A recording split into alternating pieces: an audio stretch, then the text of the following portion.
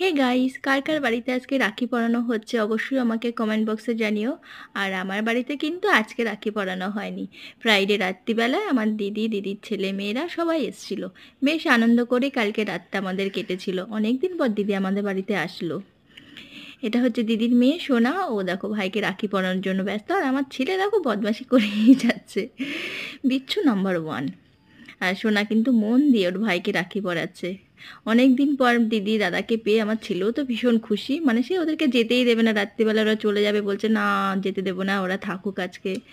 তো যাই হোক, এবার দেখো রাখিটাকি পরানো হয়ে গেছে। তারপরে আমি বলছি ঠিক আছে একটা এরকম করে থাক, একটা আমি ফটো তুলি।